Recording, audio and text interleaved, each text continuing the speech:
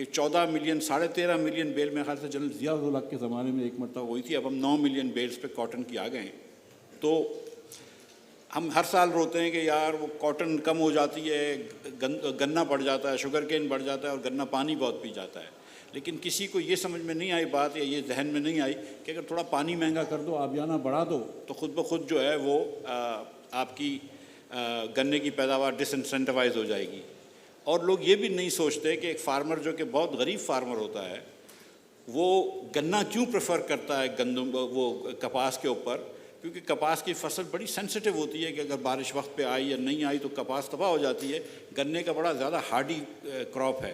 تو کیا ہم وہ انشورنس دیتے ہیں اس فارمر کو کہ جس کے تحت وہ انشور کر لے اگر وہ گنا وہ کاٹن لگاتا ہے؟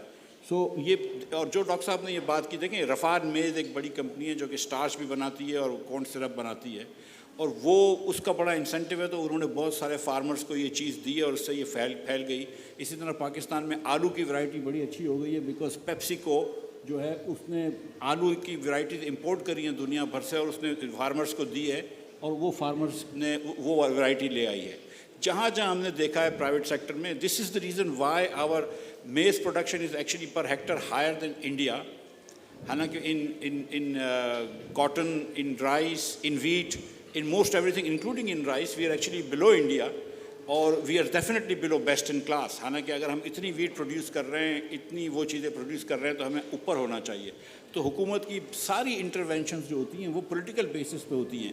جب آپ ڈیسائیڈ کرتے ہیں کہ 4,000 روپے ویٹ کی پرائس ہونی چاہیے, تو آپ اس کی فیکٹر انپٹس تو نہیں دیکھ رہے ہوتے نا, آپ یہ بول رہے ہوتے یار آج کل بڑا شور آیا ہوا ہے ادھر, تو اس لیے 4,000 روپے ہونی چاہیے. یا آپ نے سوچا ہے کہ اگر فلاں پرانی حکومت نے 3,500 روپے دی تھی تو میں 4,000 دوں گا, تو یہ غلط پرائس ہوتی ہے. اس کے بعد ہم نے ناٹ جسٹ ان کی پرائز غلط کی ہوئی ہیں, بلکہ ہم نے فرٹیلائزر کی پرائز بھی غلط کی ہوئی ہے. تو ہم ایک قسم کا فرٹیلائزر زیادہ ڈلتا ہے, باقی قسم کے فرٹیلائزرز کم ڈلتے ہیں. حکومت کو کیا کرنا چاہیے؟ حکومت کو ایک تو انشورنس بیچنا چاہیے. آپ اگر دیہی زمینوں کے کاغذات کو زیادہ بہتر کر دیں, کمپیوٹرائز کر دیں, تو وہ اس پہ لون زیادہ لینا ان کو بینکوں سے آسان ہو جائے گا.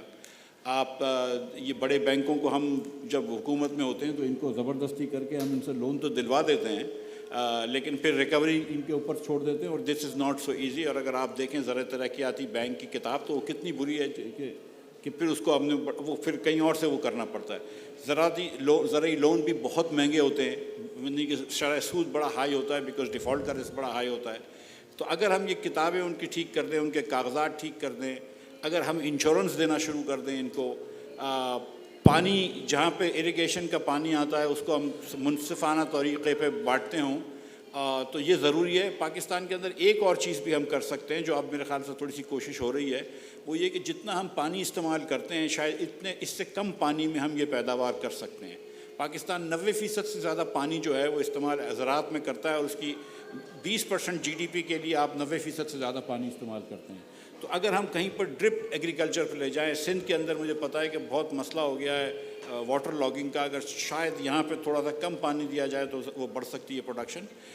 اینڈ ایگریکلچر کے ایکسٹینشن پروگرامز حکومت ضرور کرے, حکومت ضرور ٹرین کرے, حکومت بہتر ہارویسٹرز کے لیے اگر ان کو تھوڑی سی مدد کر سکے تو کرے. میں نے سنا ہے, I am not an agriculturist, but میں نے سنا ہے کہ and from university professors that اگر آپ کے پاس بہتر ہارویسٹر ہوں تو 15% شاید آپ کی گندم جو ہے اس کی وہ بچ سکتی ہے. گندم اتنا ضائع ہو جاتا ہے at the time of harvesting. اور آخر میں یہ ریسرچ پہ یہ میں آپ سے گزارش یہ کرنے لگا ہوں کہ جب میں پنجاب حکومت میں کام کرتا تو 40,000 acre dairy and livestock research farms تھے, 40,000 ایکڑ. اینڈ یٹ جو ہماری سائیوال برانڈ کی گائے ہوتی ہے وہ 7 سے 8 لیٹر دودھ دیتی ہے, جبکہ اور ہماری جو نیلی راوی ہے وہ میرے سے اس سے بھی کم دودھ دیتی ہے, جبکہ آپ باہر سے اب یورپ سے امریکہ سے گائے لے کے آئیں تو 30 40 لیٹر پر ڈے دودھ دیتی ہیں. تو اوبویسلی ہم نے کوئی ریسرچ میں کچھ کیا تو نہیں ہے, ہم نے ریسرچ خریدی بھی نہیں ہے. ایک زمانے میں مونسینٹو آیا تھا اور پنجاب حکومت کو کہا کہ تم بیک اسٹاپ گارنٹی دے دو, کیونکہ یہاں پہ یہ ظاہر ہے کہ کاپی رائٹ نہیں تھا, لاز نہیں تھے. تو ہم $16 ملین کی گارنٹی پہ آپ کو وہ جینیٹکلی ماڈیفائڈ کاٹن کا سیڈ دیں گے. پنجاب گورنمنٹ نے کسی وجہ سے وہ نہیں کیا. وفاق پہ بھی اس بار بات ہو رہی تھی, اور حکومت کو کہیں نہ کہیں آپ کو یہ بات سوچیں کہ ریسرچ کرنی چاہیے. لیکن یہ بات بھی سوچے کہ ہم کسی ریسرچ میں، نہ ایگریکلچر ریسرچ میں نہیں، ہم کسی بھی ریسرچ میں آگے نہیں ہیں. تو ہم کو یہ بات سوچنی چاہیے کہ یہ چیزیں ہمیں خریدنی پڑیں گی، اور جو انٹرنیشنل کمپنیز ہیں، مونسینٹو ہے یا بائر ہے وغیرہ، ان سے جو آپ ریسرچ اگر خرید سکتے ہیں تو خرید لیں اور وہ یہاں پہ اس کو بانٹ دیں. آپ نے بھی تھینک یو، آپ نے بھی آپ کی گفتگو کے پوائنٹ سے میں نے پرائیویٹ سیکٹر کا ذکر سنا. اس سے پہلے کہ میں اورنگزیب کی طرف آؤں، آپ نے بینکس کا بھی بتایا کہ ہم لونس کی طرف کرتے ہیں اور کلیکشن کا مسئلہ ہوتا ہے. مونسینٹو کی بات کی آپ نے، پیپسی کی بات کی آپ نے، رفان میس کی بات کی. کہیں اس کا یہ امپیکٹ تو نہیں آئے گا کہ اتنا کارپوریٹائز ہو جائے گا یہ معاملہ، کہ جس طرح آج کل ہندوستان میں ہو رہا ہے کہ دہلی کی طرف کوئی ہزاروں فارمرز چل پڑے ہیں کہ وہ کہہ رہے ہیں کہ بھائی آپ بگ کارپوریٹ ہاؤسز کو ایگریکلچر دے دیں گے، تو کہیں یہ تو اس کا فلپ سائڈ تو نہیں ہوگی یہ؟ ایک تو یہ بات میں یہ کرنا چاہتا ہوں، بات غلط سوچ ہے کہ کارپوریٹ فارمرز اور مور ایفیشینٹ دین اسمال فارمرز. یہ ایکسپیرینس دیکھا گیا ہے تائیوان میں بھی، جہاں پہ بہت چھوٹے فارم ہوتے ہیں کیونکہ تائیوان میں جگہ بہت کم ہے. جاپان کے اندر 2 یا 2.5 ایکڑ سے زیادہ بڑے فارمز نہیں ہوتے، کہ چھوٹے فارم میں کیونکہ مورل ہیزرڈ نہیں ہوتا، کیونکہ فارمر خود کام کر رہا ہوتا ہے اور وہ شیئر کراپر سے نہیں کرا رہا ہوتا، تو وہاں بہت زیادہ ایفیشنسی ہوتی ہے. سو یہ بات ایک دم غلط ہے کہ کارپوریٹ فارم میں زیادہ ایفیشنسی ہوتی ہے، یہ بات نہیں ہے. نمبر 2، جیسے یہ رفان ہے یا پیپسیکو ہے، یہ صرف بیج لا کے دے دیتے ہیں اور خریدتے ہیں. They don't go into the farming business. Okay, all right. I mean, and it would be silly for them to go in the farming business because that's not what they do. I mean, Lay's تو chips بیچتا ہے، اس کا کام یہ نہیں ہے کہ farming کرے. اور جتنے یہ زیادہ لوگ اگر آتے ہیں، اور دیکھیں یہ جو ڈیری کے اندر بھی ہے، تو آپ دیکھ لیجئے کہ it is very difficult for large farm even today to compete with small farms. Large corporations only do well when there are brands and they have monopolistic competition or oligopoly. This is a very purely competitive game. It is very difficult for them to compete against small guys. Okay, all right, thank you. Aurangzeb, coming to you, traditionally جو banks, private sector میں جو banks کا جو role ہے، وہ جیسے مفتاح نے بھی کہا کہ ہم ان سے کہتے ہیں کہ لون دے دو، اور وہ کئی مرتبہ وہ ریکوری کا مسئلہ ہوتا ہے. How can the banks go beyond what was historically conceived to be the bankings role, کہ جی لون دے دیں فارمر کو پھر دیکھی جائے. تو what's a beyond aspect? I think first of all I'm greatly privileged کہ I'm sitting between renowned economists and policy makers. تو میں سے ایک پریکٹیشنر کا پوائنٹ آف ویو دوں گا کہ دیکھیں واٹ اینڈ وائی. میں ہمیشہ یہ کہتا ہوں کہ not only in agriculture but economy general there is no dearth of policy prescriptions. We know exactly what and why. We know کہ اگر ہماری ویٹ کی ییلڈ 30 مونڈ پر ایکڑ سے 36 پہ چلی جائے تو امپورٹ نہیں کرنی پڑے گی، اگر 40+ پہ چلی جائے تو ہم ایکسپورٹ کر سکیں گے. انہوں نے مفتاح صاحب نے واٹر پروڈکٹیوٹی کی بات کی. We are 1/3 of India, we are 1/8 closely of China. So we know what is the issue and we know what we need to do, but is again back to the how part of it. تو اب اس میں دیکھیے کہ ہر جو stakeholder ہے will have to step up. جو banks ہیں، banks کی کوتاہی کہاں ہوئی ہے؟ And I start with HBL کہ ہم نے کراپس پہ فنانسنگ کی. We are the largest agriculture financing bank, but ہم نے ایک سیکٹر جو ہے اس کو اگنور کیا وچ از مور دین 50% of the agriculture GDP in the country, which is جو ابھی بات بھی ہوئی ہے dairy and life stock. So we went into that over the last couple of years and I think we are moving in the right direction. یہ صرف بڑے hurts کی بات نہیں ہے، چھوٹے ہرٹس کی بات ہے. جب ابھی مفتاح چھوٹے فارمر کی بات کر رہے تھے، ان کی جو سسٹینیبلٹی آتی ہے کہ اگر چھوٹا فارم بھی ہے 12.5 ایکڑ سے کم بھی ہے، تو جب ان کے پاس 10-12 جانور ہوتے ہیں، اس کے ساتھ مل کے ان کی سسٹینیبلٹی آتی ہے. And we have learned that over the last 2.5 years and will continue to move in that direction. The second thing is this whole electronic warehouse receipt financing. اس پہ بھی بینکس جا رہے ہیں، ہم بھی گئے ہیں. We have the largest share, but there is a lot more to do. دیکھیے جو مین چیز ہے نا، اور اس میں two ex central bank governors بیٹھے ہیں، ایکس فائنانس منسٹر بیٹھے ہیں، تو میں بڑے مؤدبانہ طریقے سے یہ بات کہنا چاہتا ہوں کہ the private sector has to lead. Islamabad now has nothing to give.